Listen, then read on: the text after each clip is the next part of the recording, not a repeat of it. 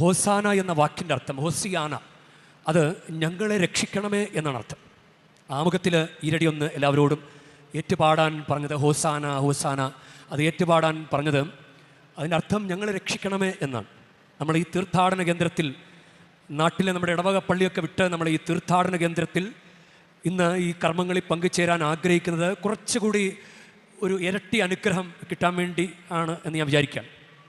ഒന്ന് ഈരടി ഒന്ന് പാടാവോ? ഞങ്ങളെ രക്ഷിക്കണമേ എന്നാണല്ലോ അതിൻ്റെ അർത്ഥം. ഹോസാന ഹോസാന ദാവീദിൻ സുതനോസാന. പോരാ, ഉറക്കെ.